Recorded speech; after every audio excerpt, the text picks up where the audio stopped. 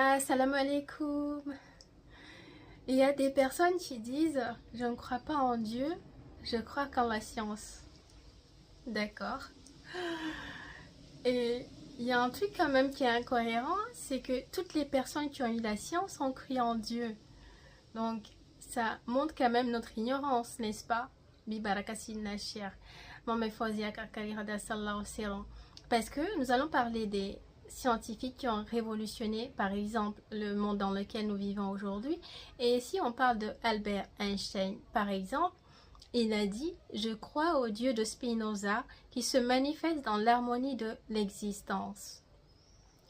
Ensuite, on va parler de Isaac Newton qui dit « Dieu créa toutes choses par des chiffres, des poids et des mesures ».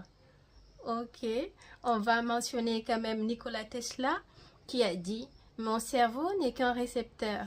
Dans l'univers existe un noyau duquel nous tirons la connaissance, la force et l'inspiration. » Subhanallah. Lui, il n'a pas admis directement qu'il y a Dieu, avec comme on l'écrit, mais il parle de Dieu. Il admet l'existence de Dieu parce qu'il parle d'une connaissance plus grande que toute chose.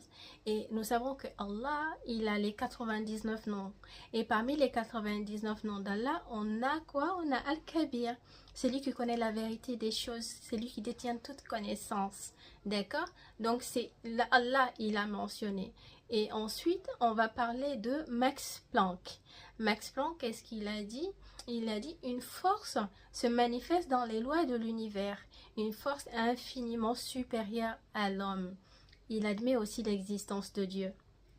D'accord? Même si ce n'est pas Dieu comme on le dit, mais il parle d'une force. Et Allah aussi, dans ses 99 noms d'Allah, nous avons le nom d'Allah qui est Al-Kawi. C'est lui qui a le pouvoir, qui détient la force suprême.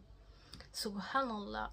Et ensuite, on a un scientifique aussi qui est Galileo Galilei, qui a dit « Les lois de la nature sont écrites par la main de Dieu dans le langage des mathématiques. »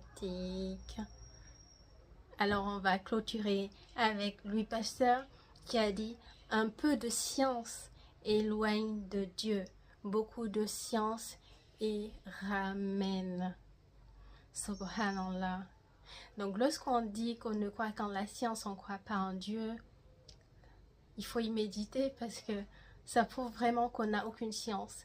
Parce que ceux qui ont réellement la science, ils croient à l'existence de Dieu.